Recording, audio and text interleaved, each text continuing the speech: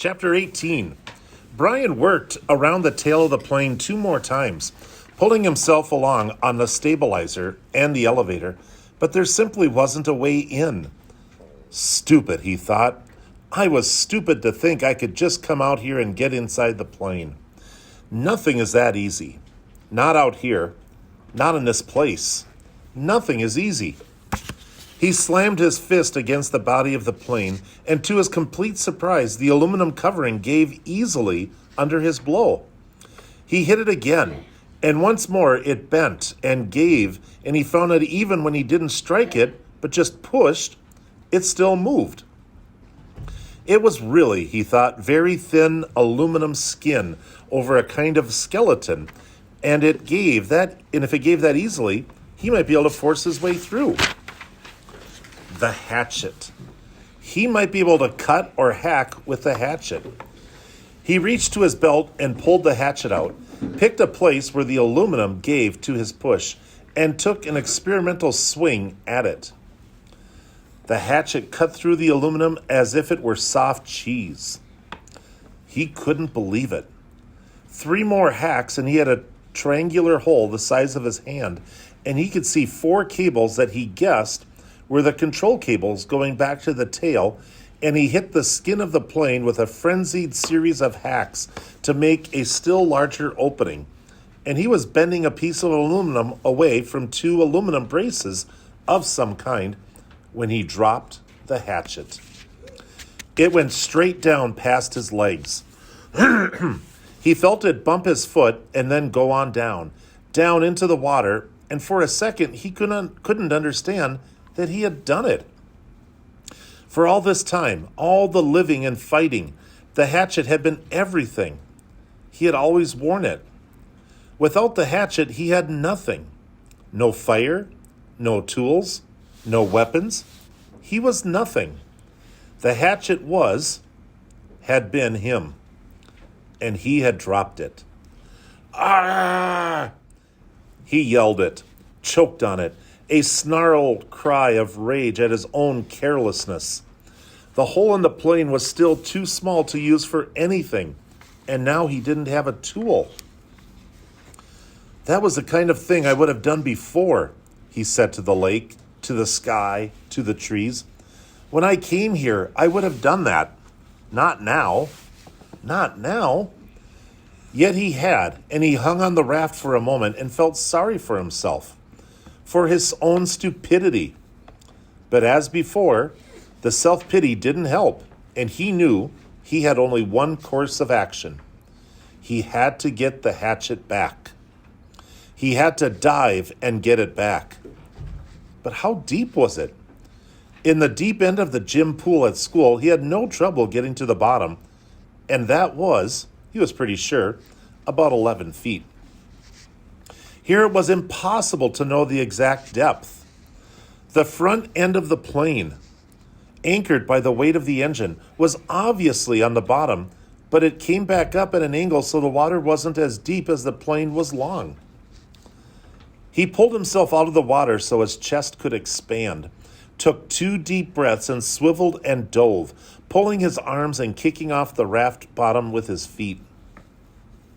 His first thrust took him down a good 8 feet, but the visibility was only 5 feet beyond that, and he could not see the bottom yet. He clawed down 6 or 7 more feet, the pressure pushing in his ears until he held his nose and popped them, and just as he ran out of breath and headed back up, he thought he saw the bottom, still 4 feet below his dive.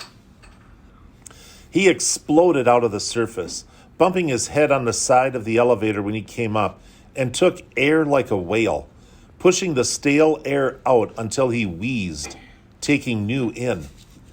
He would have to get deeper yet and still have time to search while he was down there. Stupid, he thought once more, cursing himself. Just dumb.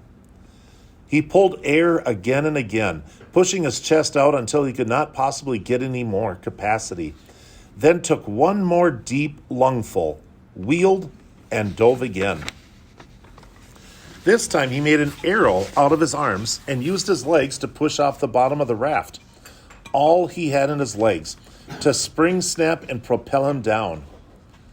As soon as he felt himself slowing a bit, he started raking back and forth, back with his arms at his sides, like paddles, and thrusting with his legs, like a frog. And this time, he was so successful that he ran his face into the bottom mud. He shook his head to clear his eyes and looked around. The plane disappeared out and down in front of him. He thought he could see the windows, and that made him think again of the pilot sitting inside, and he forced his thoughts from it. But he could see no hatchet.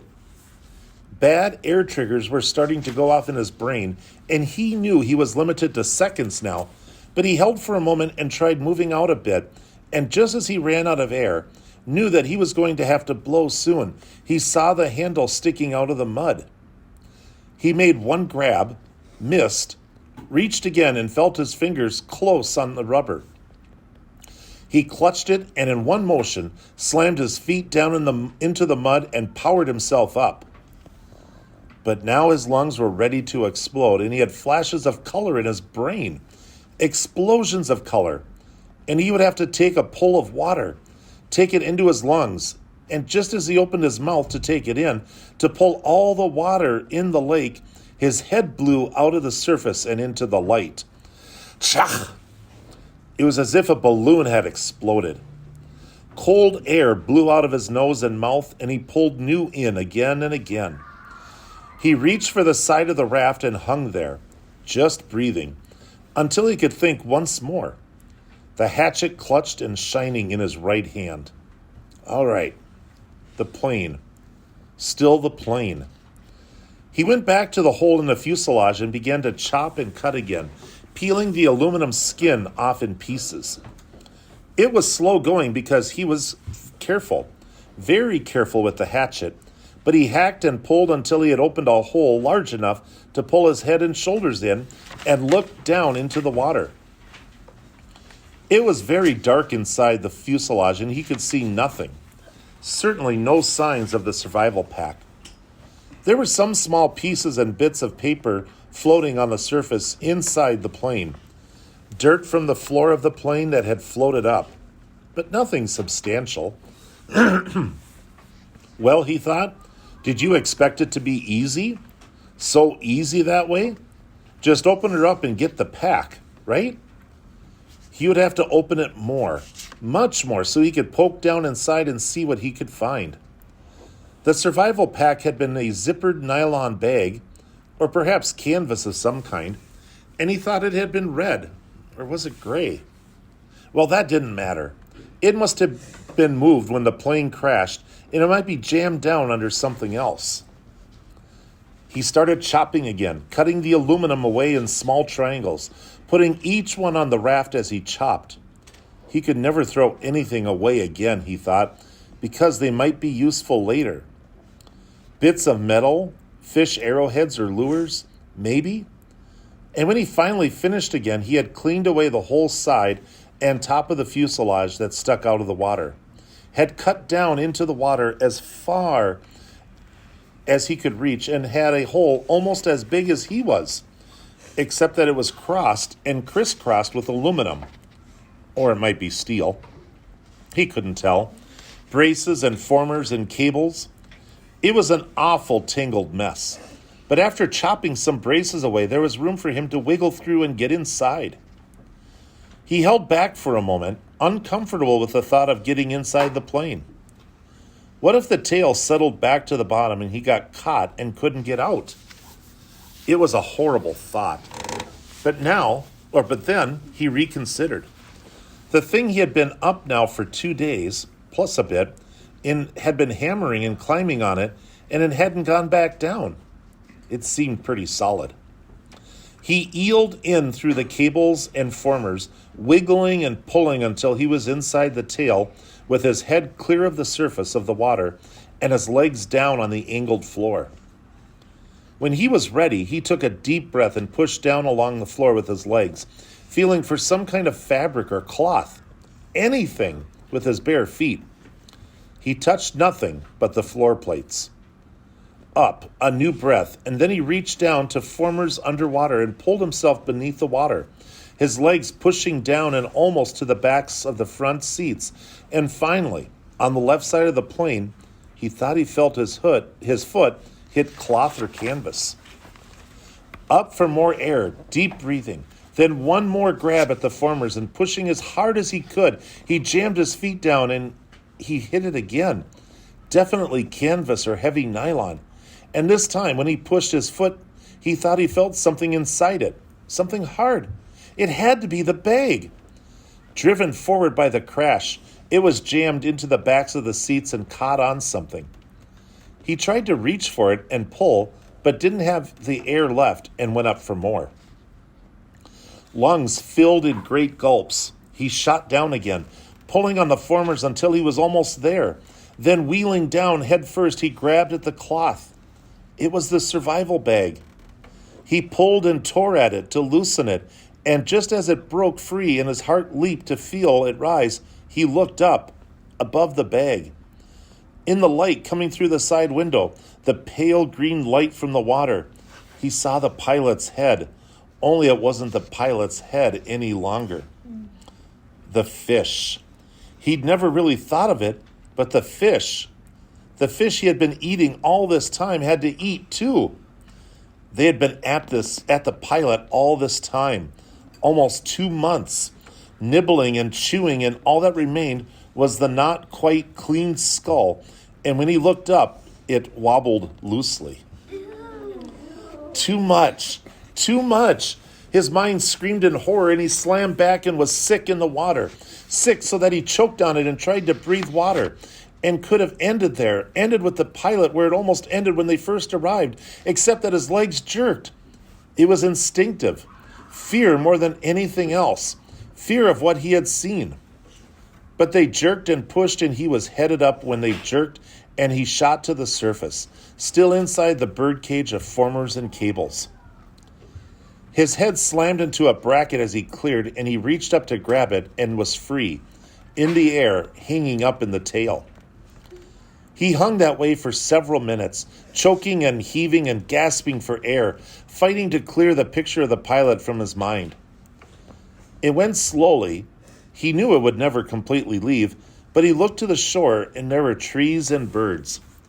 The sun was getting low and golden over his shelter, and when he stopped coughing, he could hear the gentle sounds of evening, the peace sounds, the bird sounds, and the breeze in the trees. The peace finally came to him, and he settled his breathing. He was still a long way from being finished, had a lot of work to do. The bag was floating next to him, but he had to get out of the plane and onto the raft, then back to shore. He wiggled out through the formers. It seemed harder than when he came in, and pulled the raft around. The bag fought him. There's personification. It was almost as if it didn't want to leave the plane. He pulled and jerked, and still it wouldn't fit, and at last he had to change the shape of it, rearranging what was inside by pushing and pulling at the sides until he had narrowed it and made it longer.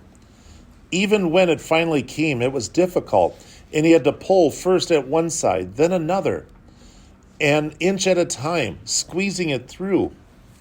All of this took some time, and when he finally got the bag out and tied on top of the raft, it was nearly dark. He was bone-tired from working in the water all day, chilled deep, and he still had to push the raft to shore. Many times he thought he would not make it.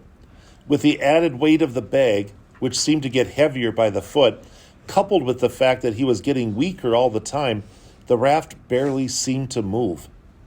He kicked and pulled and pushed, taking the shortest way straight back to shore, hanging to rest many times, then surging again and again. It seemed to take forever, and when at last his feet hit bottom and he could push against the mud and slide the raft into the shore weeds to bump against the bank, he was so weak he couldn't stand, had to crawl. So tired he didn't even notice the mosquitoes that tore into him like a gray, angry cloud. He had done it. That's all he could think of now. He had done it. He turned and sat on the bank with his legs in the water and pulled the bag ashore and began the long drag. He couldn't lift it. Back down the shoreline to his shelter. 2 hours, almost 3, he dragged and stumbled in the dark, brushing the mosquitoes away, sometimes on his feet, more often on his knees. Finally, to drop across the bag and to sleep when he made the sand in front of the doorway. He had done it.